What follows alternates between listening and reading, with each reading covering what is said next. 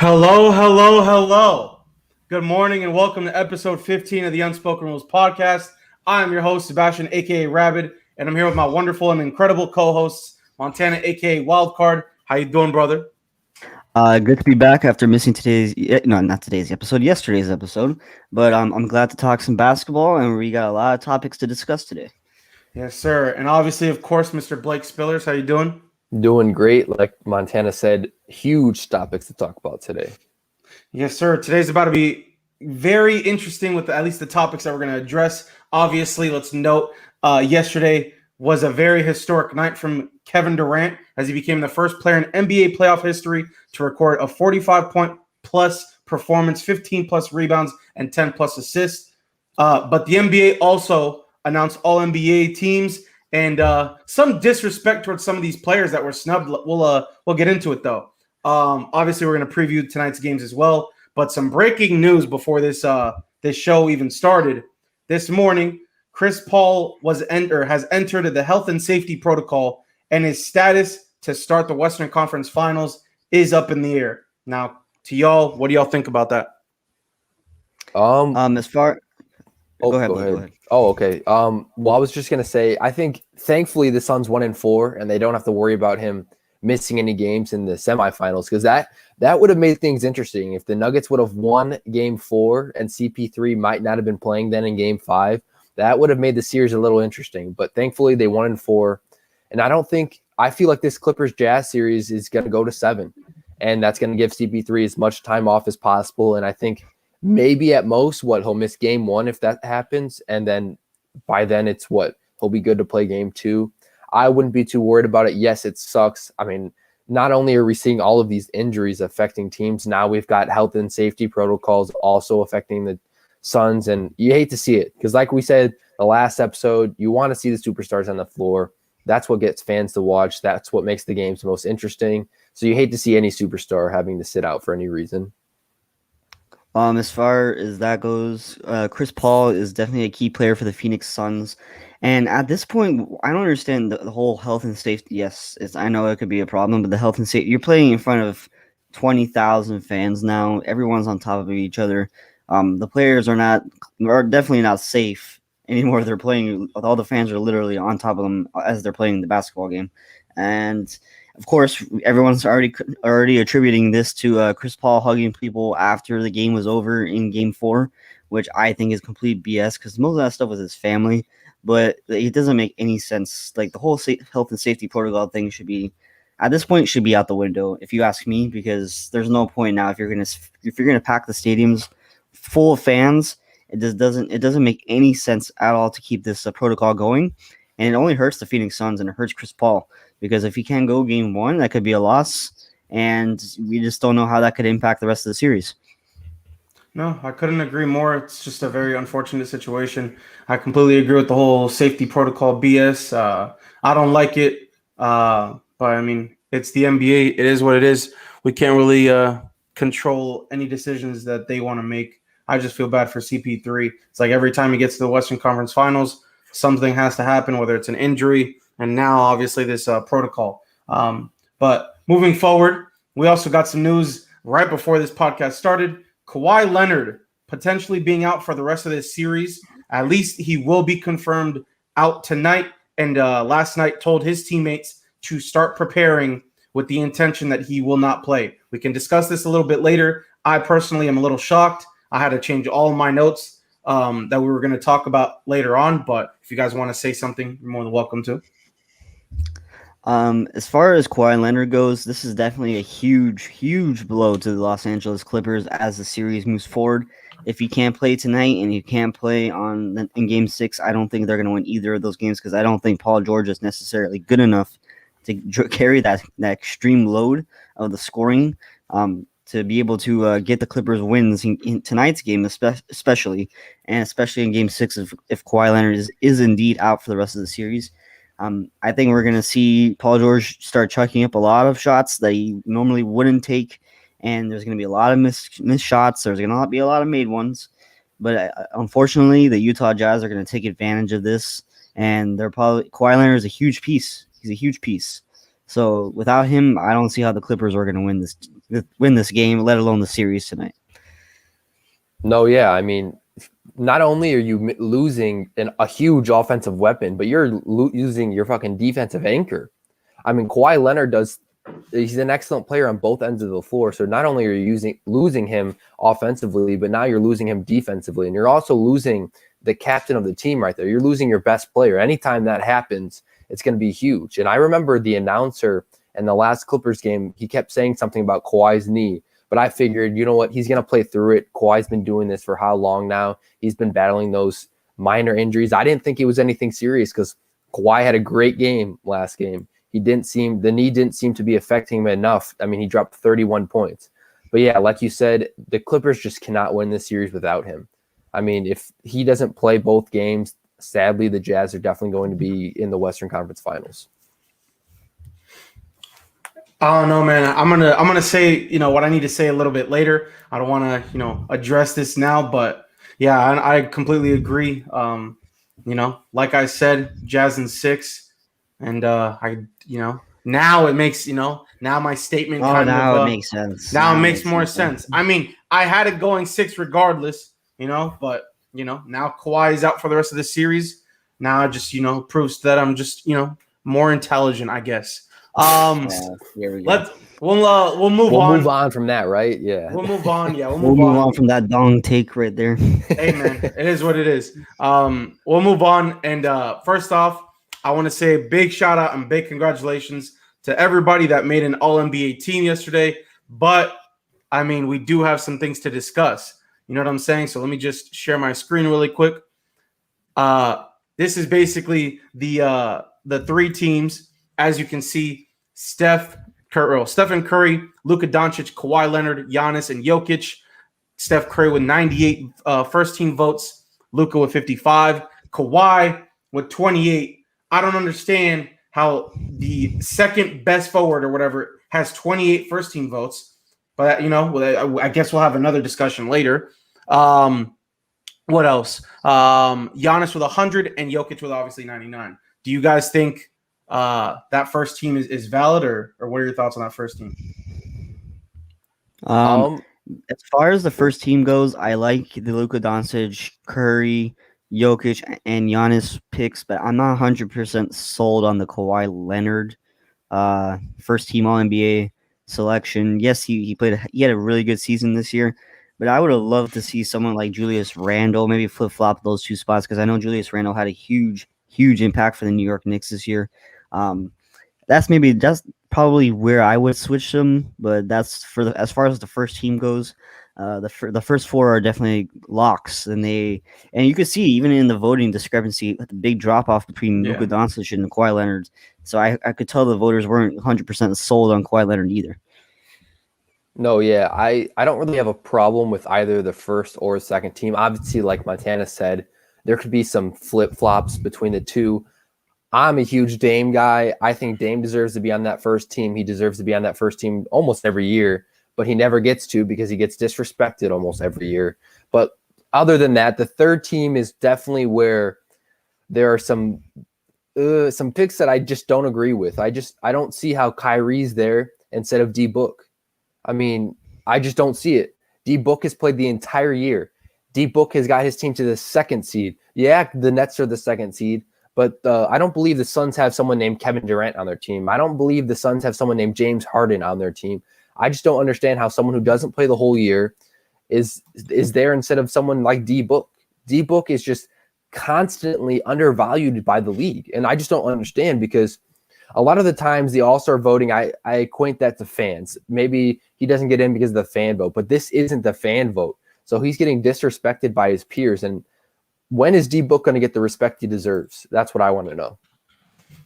I couldn't agree more. But now we move on to the second team. As you guys can obviously see, Chris Paul with 62 second team votes, Dame Dollar with 60, LeBron with 44, Julius Randle with 46, and Joel Embiid with 70. Obviously, we heard Blake's take. Montana, do you have any problem with this team, except with obviously you want Julius Randle first team?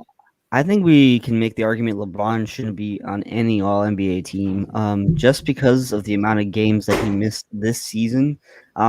Should automatically disqualify him just in my opinion, from making an All NBA team, the fact that he made the second All NBA team over guys like maybe Rudy Gobert, who probably deserved it. I mean, even though he's not a forward, he's a center. Maybe guys like, even though I don't Jason agree, Tatum. something like Jason Tatum, who have played the whole season practically and really carried their team to victories. I just can't make the argument that LeBron should be on this team because he didn't play almost the whole second half of the season. That just doesn't make any sense. Just because he's LeBron James, you're going to give him the second team All NBA. That just doesn't make sense at all to me. And there's definitely a lot more qualified people that could be in that spot, or maybe even flip flopping the third team, one of the players in the third team All NBA into the second team All NBA, and it just doesn't make any sense in that department for me. To note, before we move on to the third team, LeBron has officially become I think the most All-NBA selected player in NBA history with this selection to the second team. So big congratulations to LeBron, as he is the GOAT of this generation. He is not my GOAT. I have Michael Jordan being my GOAT, but we cannot deny his greatness, as we, always see strive for greatness. He is the GOAT of our generation, I believe. And big congratulations to him. Do I think he deserves to be in the second team? I completely agree with Montana in that situation of him not playing that many games. But at the end of the day, I don't think the NBA is going to leave LeBron off of a list, in my opinion. No, yeah, of course not. I mean, it's LeBron James. It's LeBron. His name alone is going to get him votes. He could have had a bad year, but his name alone is going to get him votes. But yeah, like you said, injuries, I think, should play a part in this. I mean, if you're not going to play, if you play half the year, you don't deserve to be on the team. I think you got to play at least 75% to 80% of the games to even be considered to make one of these teams. I feel that. Now moving on to the third team, we got Kyrie with 40 third team votes, Bradley Beal with 50, PG with 50, Jimmy Butler with 18, and Rudy Gobert with 70. I know you guys were saying this is a pretty controversial team right here.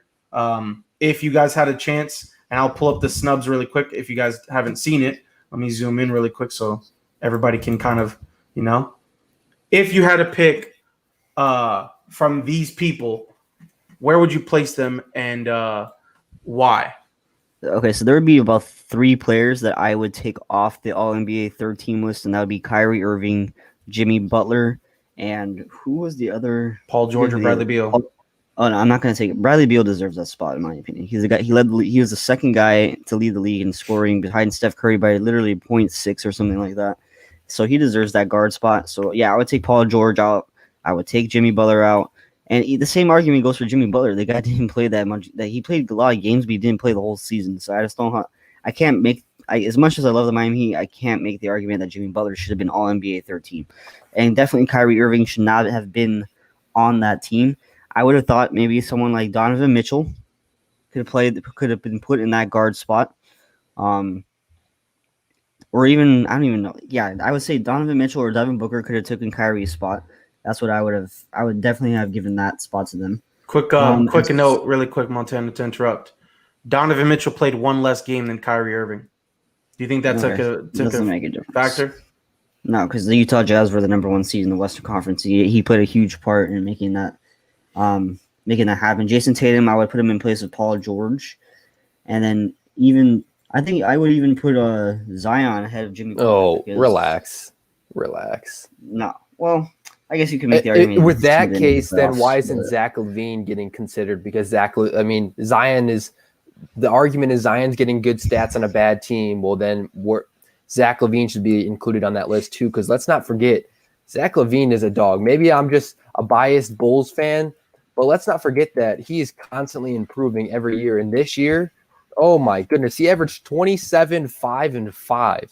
Or you can even make the argument for Domantas Sabonis also for the Indiana Pacers. No, yeah, he had a good year. So as you could see clearly by this thing, for Sabonis, he was listed as a center, or at least voted as a center. So you can't put Zion and Sabonis in that. That's number 1. Number 2, my thing is, what I don't understand is for the first 5 years of Devin Booker's career, the man was on the garbage ass Suns. They were doing horrible. He was playing great. The man was putting up numbers to be an all-star, never got the nod, right? And now he's on a winning team, and that they finished second place in the West. The man Devin Booker is doing everything in his will to carry that team, and he still yet gets the nod. The excuse now is what? That CP3 is carrying that team? I mean, I think we can argue that and say that Devin Booker has been the franchise player and the cornerstone of that organization, and they brought CP3 to help Devin Booker. This is not CP3's team. This is Devin Booker's team. So I think the argument there should be, yes, CP3 deserves it. I'm obviously a huge CP3 fan, but I think Devin Booker is, again, another year of him getting snubbed. And I think now, if anything, this is going to be the same thing that happened last year when Bam Adebayo didn't win Defensive Player of the Year. This is going to motivate the Suns and Devin Booker, especially if Chris Paul is out that first game. This is going to motivate them as a team to come together and carry this team to an NBA Finals appearance, because at the end of the day, if he's getting snubbed from an all-NBA team, I think what Devin Booker's main focus is right now is to win a ring and prove them to everybody, including all these little voters, because at this point, whoever's voting, everybody needs to lose their job. Everybody needs to lose their job, whoever's voting, because this is ridiculous. I'm tired of seeing Devin Booker get this Devin Booker slander of him getting 12, 13 votes, 3 second-team votes, and 0 first-team. I'm tired of it. This is absolutely ridiculous. That's number one. Number two, Donovan Mitchell, more than anybody. Well, okay. Donovan Mitchell behind Devin Booker deserved to be on this list. Both of them two deserved absolutely everything and anything. I think Devin Booker and Donovan Mitchell, third team over Kyrie and Bradley Beal. You could say Bradley Beal, whatever, second scoring. I don't really care. They were not supposed to make the playoffs. Yes, sure. Honestly, they were supposed to lose that damn playing game. I'm not going to lie. But they came out to play, and whatever, credit to them, hats off. But I still think you put your 1 and 2 with Devin Booker and Donovan Mitchell at least third team guards. Call it a night. And I don't understand why all the East is getting all this love. You know what I'm saying? I just don't get it. I don't know why the East got all that love in 13. And then all they're gonna do is, you know what I'm saying? They're not gonna show love to the number 1 and 2 seed. The last person I think should have been on this is obviously Jason Tatum. The man had one of the nastiest freaking seasons in the sense of just carrying that team with so many injuries occurring to that squad with, Kemba and Jaylen Brown and freaking figuring out if they're even going to get Fournier or whoever the hell is going to come to the damn team. Jason Tatum put that team on his back, and the fact that he didn't get a nod is pissing me off and is very frustrating. Those three should have been on the third team. Sorry, Jimmy Butler, as much as I love you, you don't deserve it. I think Jason Tatum deserved it over you. Sorry, Kyrie, and sorry, Bradley Beal. I think Donovan Mitchell and Devin Booker both deserved it over both of them. I'm going to point this out real quick, but if you think Jason Tatum should have made it, I guess technically Zach LaVine's getting considered as a guard, but I think he should have been considered as a forward as well. Zach LaVine put up better stats than Jason Tatum. I'm just going to point that out real quick. But again, he's a guard. Also, I'm going to point to the fact that, can we look at that clown in the comments saying AD and LeBron not on first team is disrespectful? Oh my goodness. I'm sorry. I saw that out of the corner of my eye, and I had to point out that clown on the side of the shared screen, the Drummond burner account. You're a troll. You're a troll. I mean, I'm sorry. I mean, whoever that guy is running that account, I hope that was a joke tweet. Of course. He has a Drummond burner account. Bro, it's definitely a troll account. But maybe you can make the argument for Trae Young too. I mean, considering all what the Hawks had to go through in the first half of the year, would they fire their coach halfway through the season? Nate McMillan comes in. You need your top player like Trae Young to play it and step up, and he almost averaged a double-double in points and assists. True.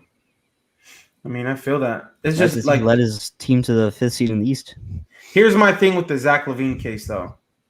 It's not a winning team. It's not a winning organization. That's the reason why Devin Booker got snubbed for the past goddamn 5,000 years. Dude, so in the sense of guards, go ahead. I mean, some of the players that are above him in votes had barely more wins. And let's not forget that Zach LaVine, also the reason that the Bulls had a worse record, Zach LaVine was contact traced and missed 11 out of the last 16 games. That affects the Bulls season. That could be arguably at least 6 more wins right there, and the Bulls are in the playoffs, in my opinion. But that's just, I'm also biased. I'm going to point that out. I'm not going to lie and act like I'm not biased. So, of course, I'm going to want Zach LaVine in there in front of other players. But I think next year, and even next year, he's going to show, and the Bulls will be in the playoffs. That's my bold prediction. The Bulls will actually be a top 5 seed in the East next year. No one wants to hear it. I know it's off topic, but you're hearing it first. That's a hot take. The Bulls will be a top 5 seed in the East next year. That's a hot take. I say like 7 or 8. Yeah.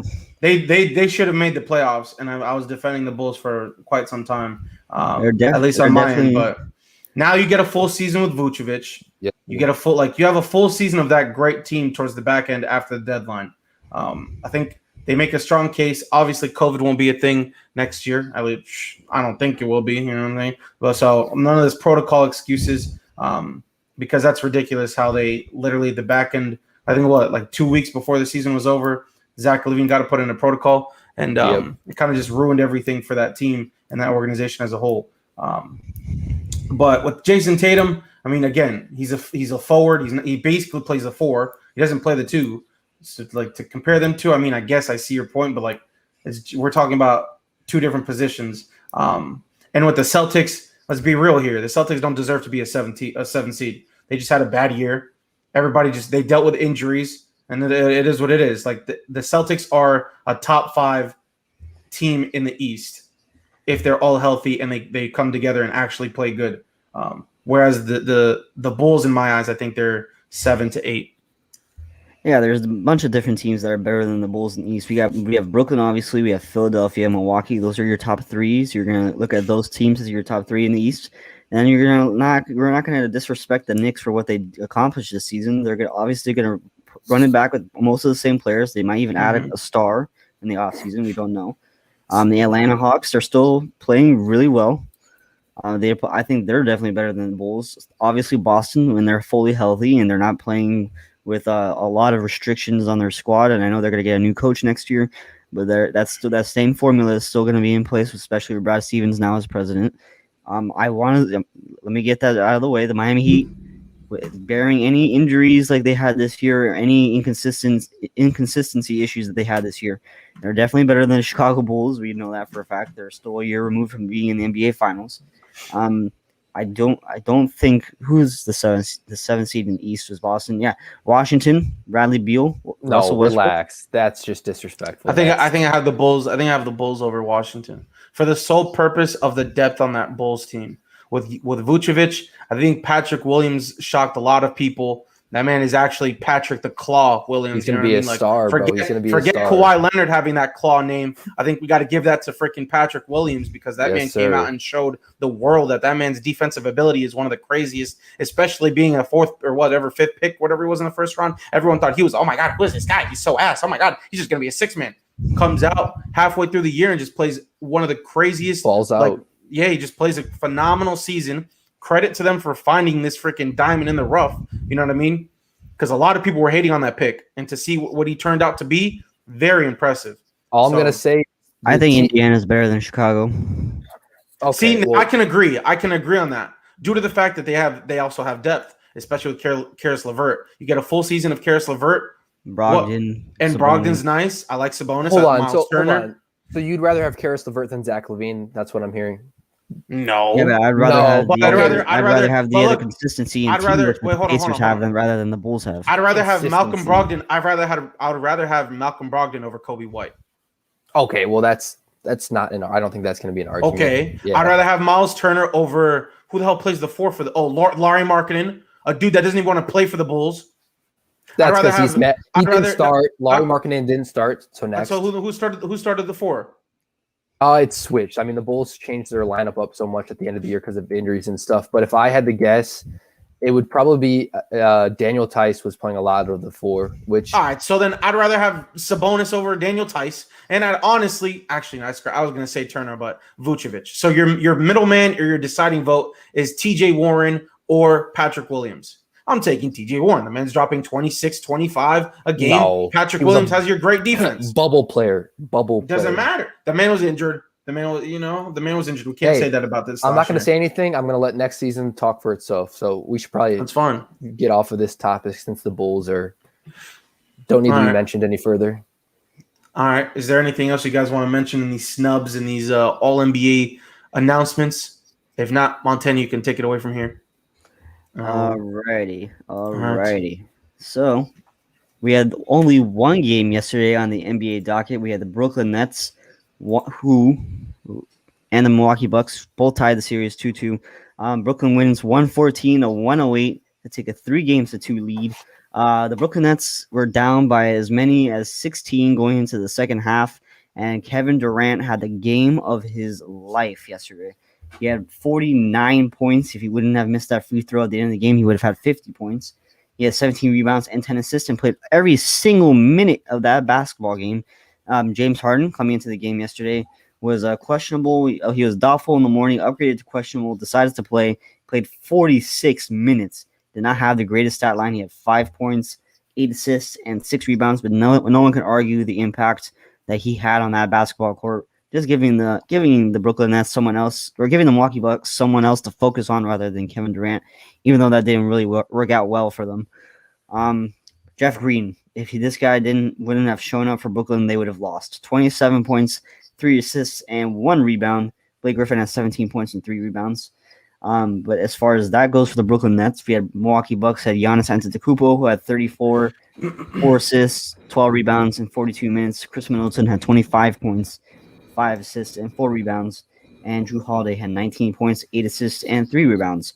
So, was this game more about KD and his special performance, or was this more about Milwaukee's inability to close out basketball games when they had every opportunity to do so? I think, I think it's a little bit of both. I mean, Kevin Durant, oh my goodness. I mean, I said last podcast, this is a type of game he needed to have if they wanted to win. And that was me thinking that James Harden wasn't even going to play.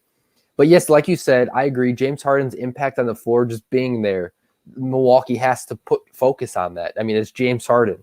But I don't think he actually had too much of an impact on the game. And he almost, at the end of that game, he almost cost them the game. If Kevin Durant doesn't hit that last second shot at the end of the shot clock, I think the Bucks win that game. That sealed the deal for the Nets. But I think what we really need to look at, the Bucks had a 16-point lead at halftime. You just cannot blow that. I mean, if you're up 16, this is a game that you have to win. And if you have a former MVP in Giannis, you have Chris Middleton, you have Drew, you have a solid squad. This game needs to be closed out. And I think Milwaukee's inability to close games, like Montana mentioned, is a huge factor. And yes, Kevin Durant did his thing, and Jeff Green was a sniper last night. But I still think this should have been a Milwaukee Bucks win. I mean, they were controlling the first half. I just don't know what happened. I mean, Kevin Durant took over, yes, but there were still so many opportunities for the Bucks, and they just could not capitalize. I mean, Giannis, with I think a minute and a half, 2 minutes left, took a step, like a fadeaway 15-foot shot with James Harden in his face. Like, what are you doing? You can't make 15-foot jump shots standing still. You think you're going to make a 15-foot fadeaway at the end of the game? I understand he's the best player in that team. He's trying to make those shots. No, like the possession before that, he had the easy post in for a layup. Nobody on the floor last night could guard Giannis in the post, but yet Giannis is deciding to take garbage jump shots. Like, it just doesn't make sense to me. Sebastian? First of all, wow is all I really can say. That last night's game was actually crazy. For the Bucks, like you said, to blow that 16-point lead and to just let it go, away rather quickly is absolutely insane. But credit to the Nets to, seeing that James Harden could actually go. Yes, he didn't really do much for the squad, but he did what I said, what I said he would do, and that was be a distraction so that they didn't have to double up Kevin Durant. And so with just being his presence alone, yes, he went 1 for 10, 0 for 8 from 3. That's not going to happen again. It's just the rust. He hasn't played in a week or two. So the man just needs to, get that rust out. And now he's back. Next game, I expect him to shoot a little bit better. Do I expect him to freaking go crazy? We'll see how the hammy is. But I've been saying since the man was in freaking Oklahoma City, Mr. freaking Kevin Durant. Once he left OKC, everybody wanted to hate him. You know what I'm saying? Then in Golden State, he hit clutch shot after clutch shot over the freaking GOAT, Mr. LeBron James. Kevin Durant is the greatest scorer of all time. I don't care what anybody has to say. The man is a 7-foot demigod and is absolutely just insane. And so tonight, last night proved it. This man has that in his arsenal. 49 points, 17 rebounds, and 10 assists. I was not expecting this man to drop a triple-double, let alone was not expecting him to drop damn near 50 points. Now, I know you called it, but I was expecting maybe 45, and then everybody else on the team. Like I said yesterday, Joe Harris needed to step up. Freaking Blake Griffin needed to step up. I completely forgot about Jeff Green. Huge credit to Jeff Green. The man came back game 4, and he came back from his little foot injury because he didn't play in the Celtics series. And he was like, dang, that game 4 was a little, he had to get the rust off, just like what James Harden had to do yesterday, get the rust off. Comes back the very next game and is 90% from the three-point line. 7 for 8, 27 points, 8 for 11 shooting. The man was in his bag. Clearly, Joe Harris can't do it. The dude shot 2 for 11. You got the regular production from Blake Griffin like they did in game 1. So, they got their supporting cast that stepped up huge. And we just got to credit, that team.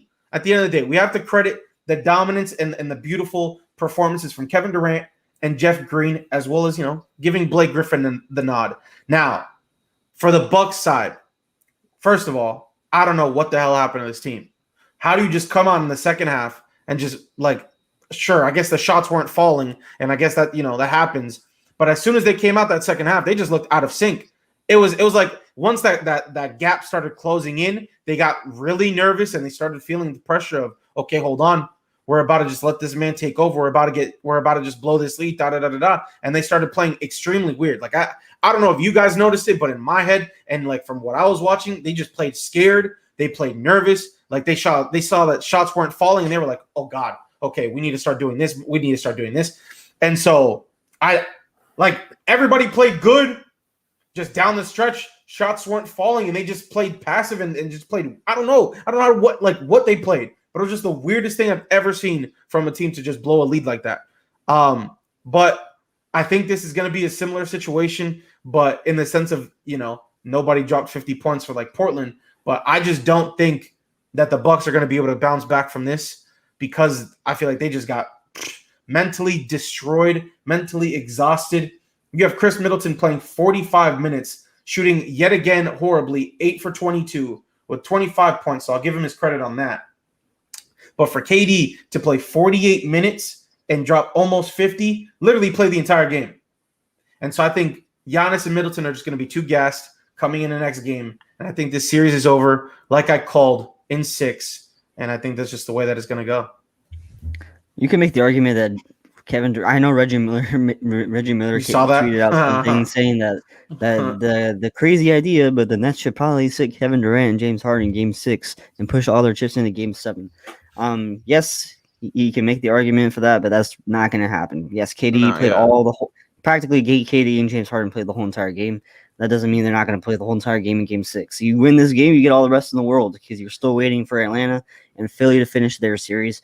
So, I mean, this game is more about Milwaukee than it is about KD's performance, in my opinion. You have a 16-point lead going into that second half, and even in the first half, when they put all those points up on Brooklyn, they, instead of attacking the rim and extending the lead even further to destroy the Brooklyn Nets psyche, they would take 3 after 3 that would just clank after clank.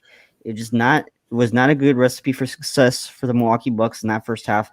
Yes, they were up 16, but they could have been up almost 30 points if they would instead attack the basket, draw some fouls, get to the free throw line, push the lead even further. But yet they decided not to do that. They decided, hey, let's try and go for the kill shots with these 3-pointers. And none of them were falling. And, of course, you keep extending that into the second half, and the Brooklyn Nets are going to take advantage. Kevin Durant took advantage of that. So, and, of course, KD couldn't do it by himself. He had to have Jeff Green had 27 points. Landry Shamet played extremely hard minutes. James Harden just being there made a whole difference for them, because they missed that presence on the floor in the second half in Game 4 that Kyrie Irving would have given them. If they obviously, I think Kyrie Irving would have been a much more of a scoring threat than James Harden was yesterday. But the Bucks just didn't. This is the game to have. You have to win this game. This is the key. This is the turning point game for them. If you don't, you're risking going back to Milwaukee. You play a one bad game, and Brooklyn's gonna pick you apart, and you can't afford that. You could afford, if you have won Game 5, you could have afforded that. But that's not the type of game now you're going to have to play. You're going to have to play with your backs against the wall, this is do or die now. You have to force this game back to Brooklyn for Game 7, because if they don't come out and play like inspired or anything like that, then this is going to be over, and the Brooklyn Nets are going to cement their spot in the Eastern Conference Finals. And this is also I think Mike Budenholzer is a lot to blame on this too. You have the defensive player. You have a former defensive player of the year in Giannis Antetokounmpo. You not once put him on Kevin Durant in that fourth quarter to guard him. I mean, come on now. It's like, don't tell me that Giannis is afraid to guard KD, because that can't be.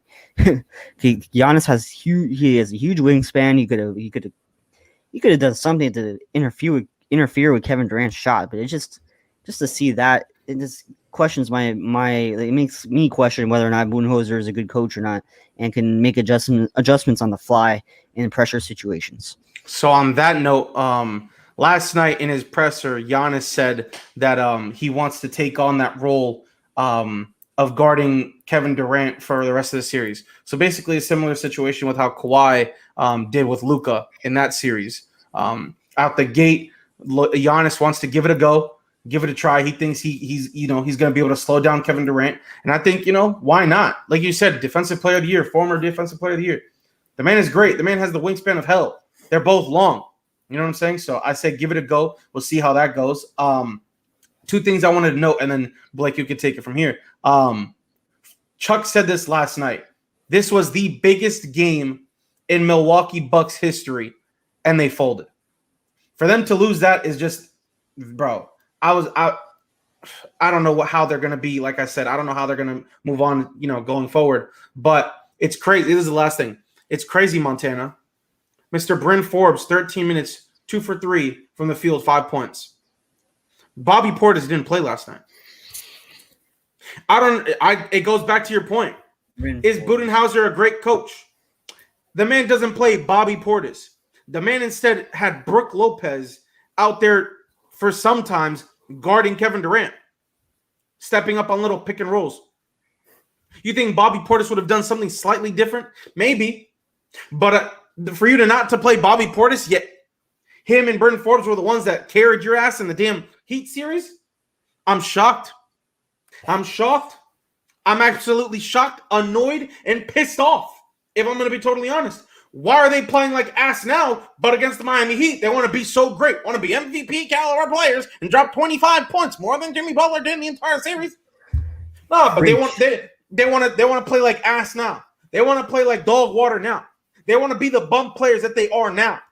Crazy to me. It just blows my mind. That's all I got to say. You can take it from here, Blake. Go ahead. Sure. No, first I want to point out what has happened to Joe Harris. Where has he gone? I mentioned that, yeah. He has gone from leading the league in 3-point percentage a year or two ago, and now he can't hit a shot to save his life. Yeah. I mean, this series would be over by now if Joe Harris just got on him and played a decent game. I'm not even asking him to go crazy. If he played a decent average game, this series is probably over. But Giannis now saying that he's going to guard Kevin Durant, it's too late for that, buddy. Why weren't you doing it last night? Why weren't you doing it the game before? You could have been doing it all series. I'm tired of now you're doing it when your back's against the wall. Congratulations. Giannis seems like he took the All-Star game more seriously because at the end of that game, he was guarding LeBron James. He didn't want to lose that game, but now he's not going to guard Kevin Durant in a playoff series? Come on now. You're leaving PJ Tucker, which I give him all the credit. He is hustling and playing his heart out, but he's too small to guard Kevin Durant. Like I said in yesterday's episode, PJ Tucker can annoy Kevin Durant. He can play good defense and make things difficult. But if Kevin Durant is hot, there's nothing PJ Tucker can do because he's too short. He can't affect Kevin Durant's shot. Kevin Durant can rise up and shoot over him, and there's just nothing PJ Tucker can do to stop that. But if I'm the Bucks, last night's game had to be a win because you have, with 3 games, arguably could be 3 games left, including last night's game, you have to win 1 in Brooklyn. And I'm sorry, but Game 7 is a lot harder to win on the road than it is to win Game 5, in my opinion, especially when you have a 16-point lead at half. You cannot blow opportunities like that. I thought the Bucks' only chance to win the series was ending it at home because the Bucks play great at home. That's just the facts. But now, even if they win at home, they have to go back to Brooklyn and try and steal one. And I just don't think it's going to happen. I just don't think the Bucks have it in them to win the next 2 games. I think the Nets are too good, and Kevin Durant is not going to allow that team to lose one of the last 2 games.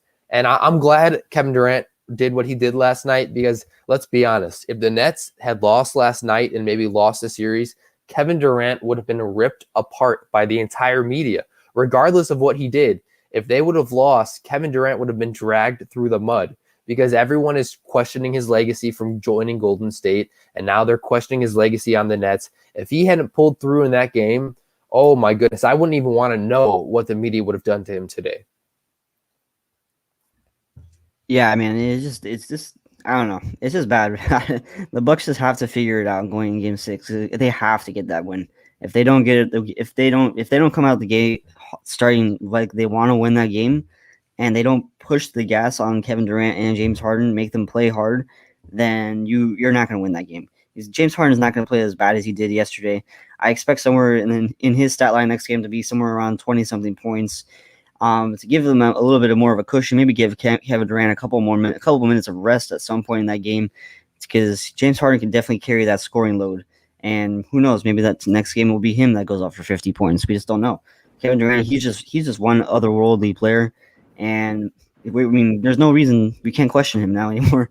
The guy's he's from another planet, man. He's an alien. The guy is a scoring machine. He's probably one of the best. He has the sweetest shot, in my opinion, and he's one of the best scorers of all time.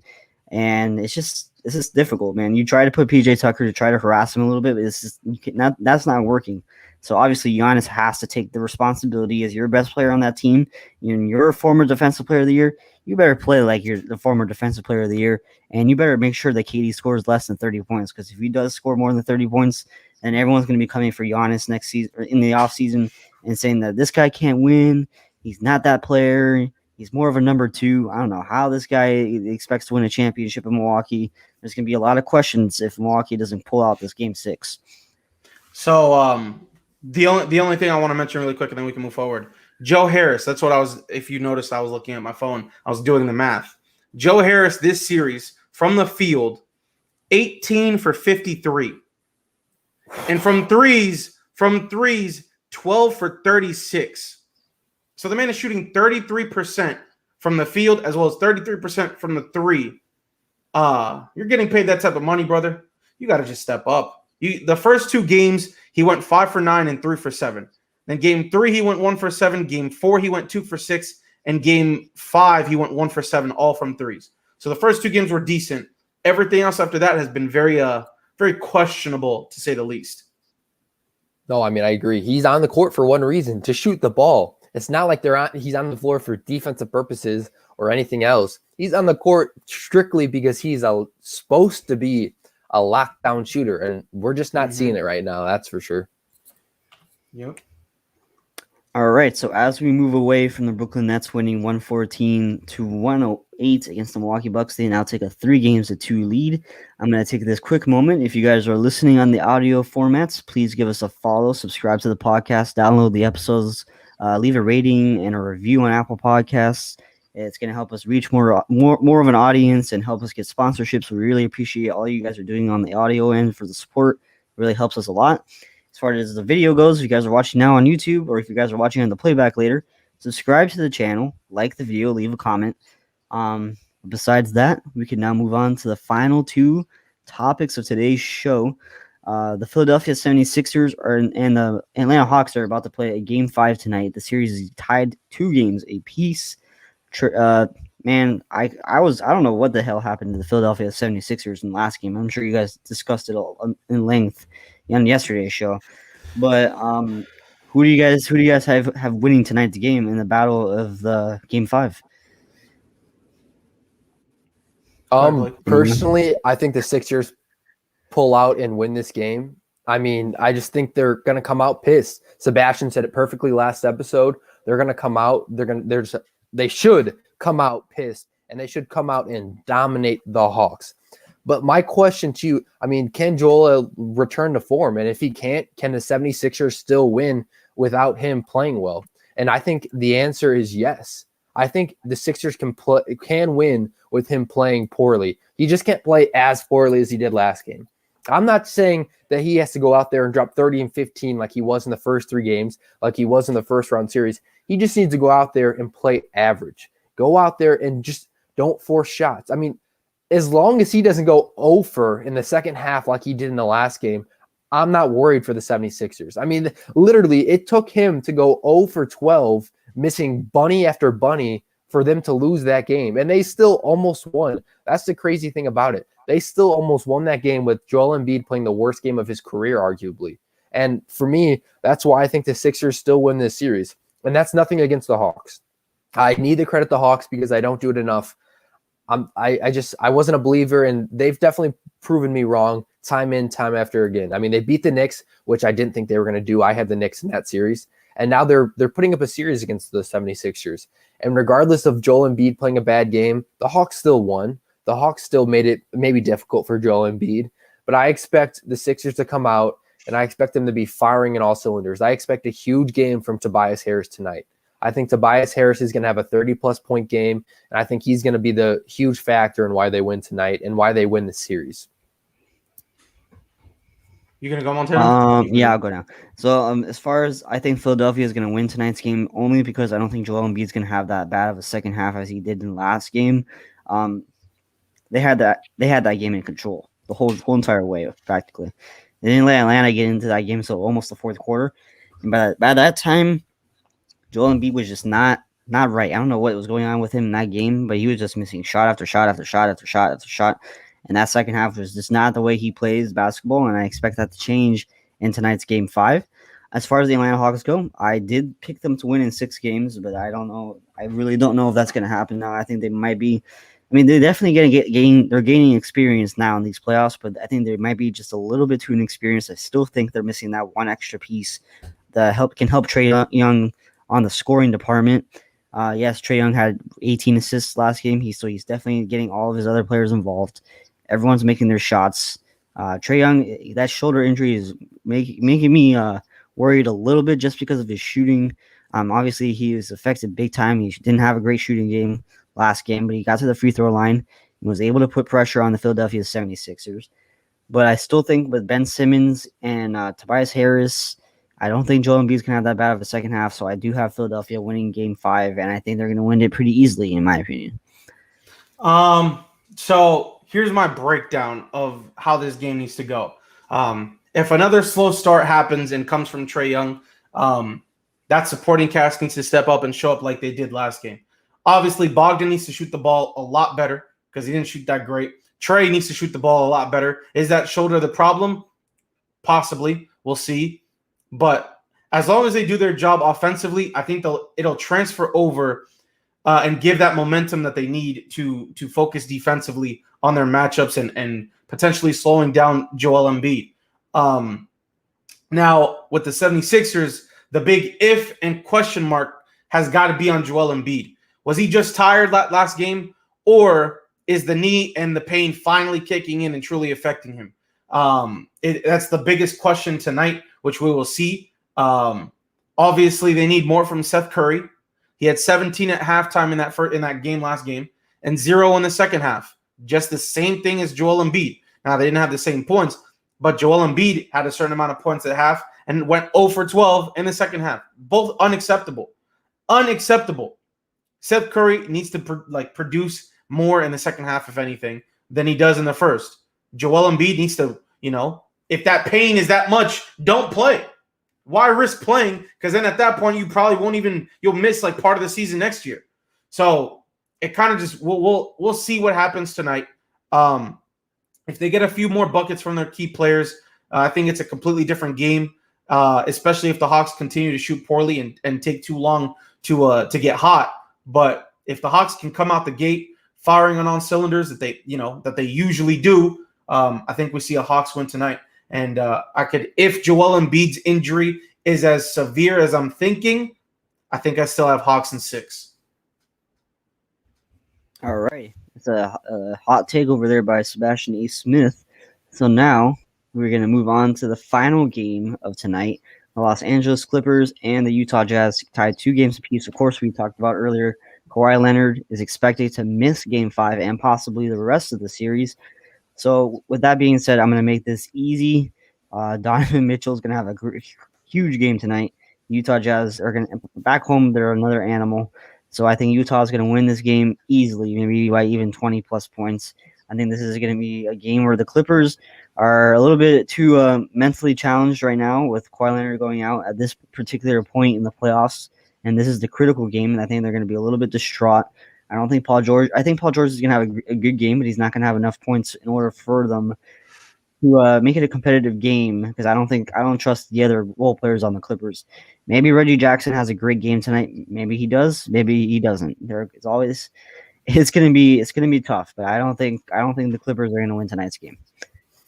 I mean, I think we're really going to see what the Clippers are about here without Kawhi Leonard. I mean, we're going to see who can step up for them. Paul George said at the beginning of the year and going into the playoffs, he's going to be a different player. He's going to make sure that nobody can talk bad about him because he's going to have that great of a series, that great of a playoff run. Well, let's see it today. Let's see if Paul George can prove he's a superstar player. Let's see. They didn't bring him in there because they thought that he was a lot worse than Kawhi, that he was going to be not good. I mean, they brought him in there because he's a superstar. They thought him and Kawhi would be a perfect pair, two superstars. I mean, that's what you need in the league. You need a couple superstars to win a championship. And we're going to see what Paul George is really about tonight. And I think, like I said earlier in the show when we were talking about no Kawhi, I think Paul George goes crazy tonight. And I think he has to.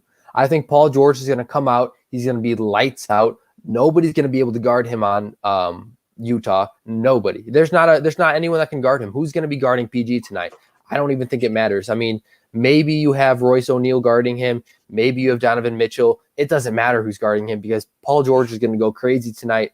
He's going to prove to Kawhi why Kawhi brought him there. I think Kawhi is talking to Paul George all day today saying, guess what? I wanted you in LA. I didn't want somebody else. I wanted you in LA to be my partner. I wanted you to be the duo for me.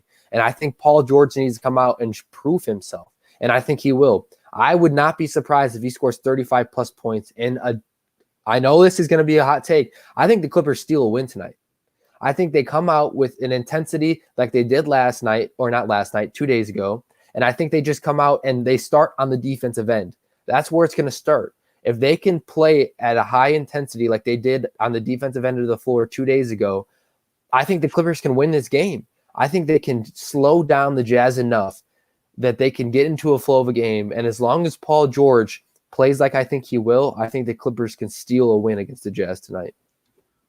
So originally I had written down the key factor for the Utah Jazz to win is to slow down one of PG or Kawhi and maintain and contain the role players if they can have performances like last game, with the exception of Marcus Morris, and just slowing him down slightly. But now with Kawhi not playing, I think you just slow down PG. I'm taking a different approach from what you said, Blake.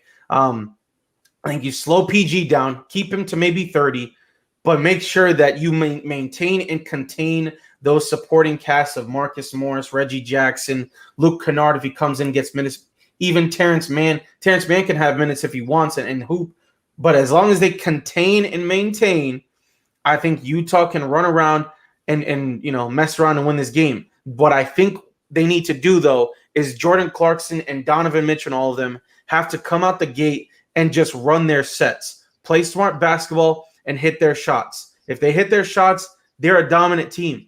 You know what I'm saying? Jordan Clarkson was 3 for 12 last game, something that I'm not used to seeing, especially in this little playoff run. I think Jordan Clarkson has a better game. I think he, instead of trying to be all hero ball-esque and just, I think they just come out stronger offensively, actually run plays and give their best chance to win. Now, obviously, he's probably already ruled out. I haven't really done any research about it. But if Mike Conley is 60 to 70% tonight, I'm doing exactly what James Harden did, and I'm playing tonight because this is a Game 5.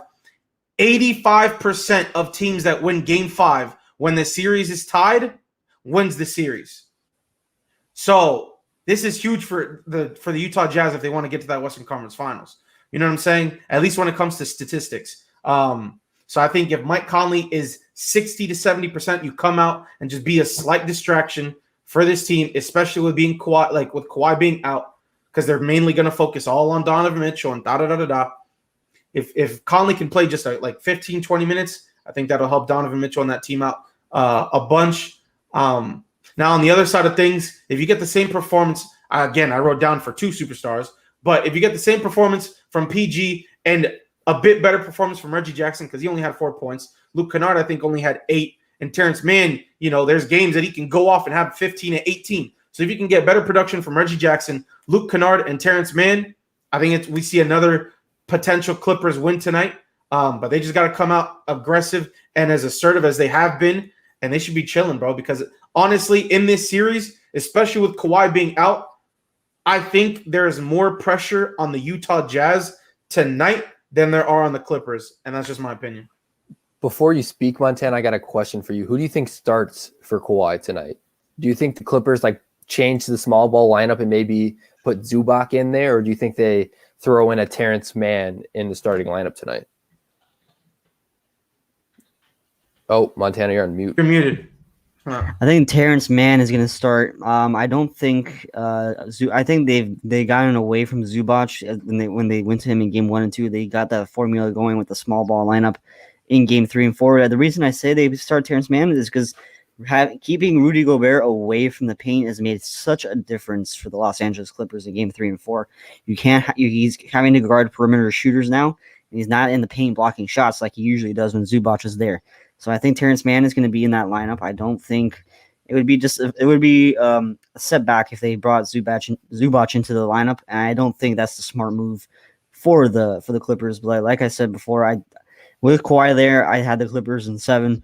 Without him there, I don't think that's going to happen. I think the Utah Jazz are going to win tonight's game, and they're going to win game 6 because I think the scoring load that Kawhi brought is just not going to be there at all, and they're going to miss that desperately. And I think Paul George, again, is going to have 35 to 40 points, but it's not going to be enough. Anything else, guys? No, Honestly, I'm good. No, yeah, on that series, I think. I'm just trying to see if they've said anything about this starting I lineup saw tonight. Mike Conley. I saw is questionable for tonight, but I guess he's been questionable all series. Oh, for the Clippers, I was just trying to see if they released it. Yeah. No, they haven't announced the starting lineup yet. All right, so with that, I think we're going to be ending today's show of episode 15 of Unspoken Rules. If you guys are listening on the audio format later, leave a follow, rate and review the show. If you guys are listening on YouTube, like the videos, leave a comment, subscribe. With that, you guys can find me on Instagram and Twitter at Wildcard Movies. Sebastian, where can they find you? Rabbit FL everywhere.